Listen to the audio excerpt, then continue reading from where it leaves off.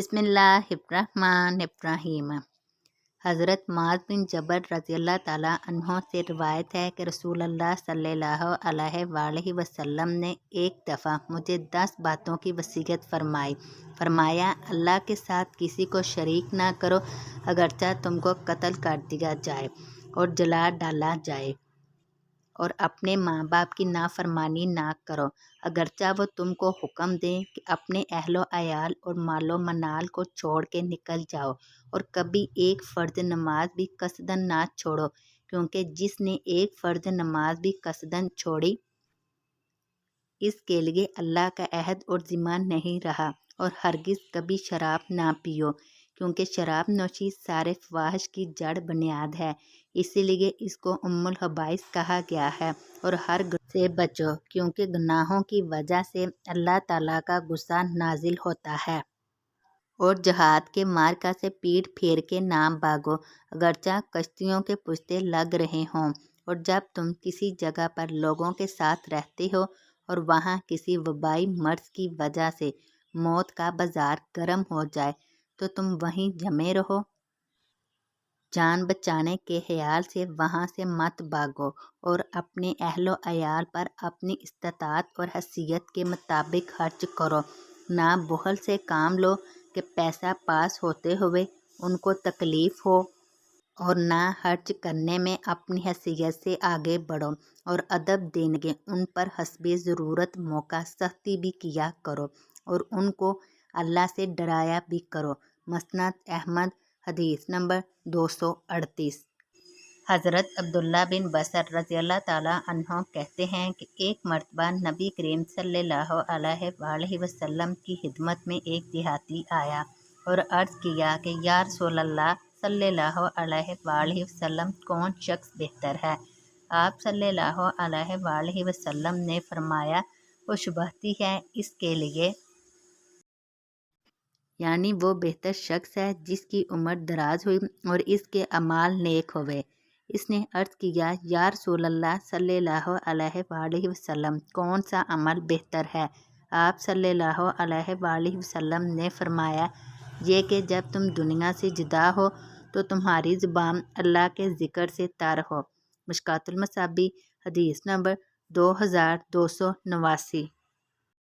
हज़रत अबू ज़र गफ़ारी रज़ियल्लाहु ताला अन्हो से मरवी है, उन्होंने फरमाया कि मुझे मेरे महबूब दोस्त सल्लल्लाहु अलैहि वसल्लम ने 7 बातों का ख़ास तौर से हुक्म फरमाया है।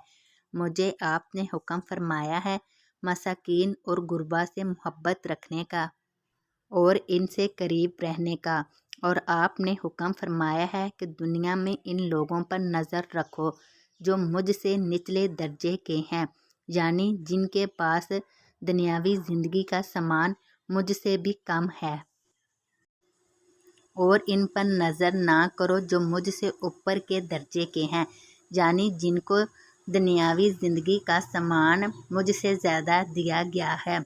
और बाज़ दूसरी अहदीस में है कि ऐसा करने से बंदे में सब्र व शुक्र की सिफत पैदा होती है, और ये ज़ाहिर भी है। आगे हज़रत अबू ज़र रज़ियल्लाहु ताला अन्हो फरमाते हैं कि और मुझे आपने हुक्म दिया है कि मैं अपने अहले क़राबत के साथ सिला रहमी करूं और करीबी रिश्ते को जोड़ूं, यानी इनके साथ वो मामला और सलूक करता रहूं जो अपने अजीज़ों करीबों के साथ करना चाहिए, अगरचा वो मेरे साथ ऐसा ना करें। और आपने मुझे हुक्म दिया कि किसी आदमी से कोई चीज़ ना मांगूं, यानी अपनी हर हाजत के लिए अल्लाह ही के सामने हाथ फैलाऊं और इसके सिवा किसी के दर का साइल ना बनूं।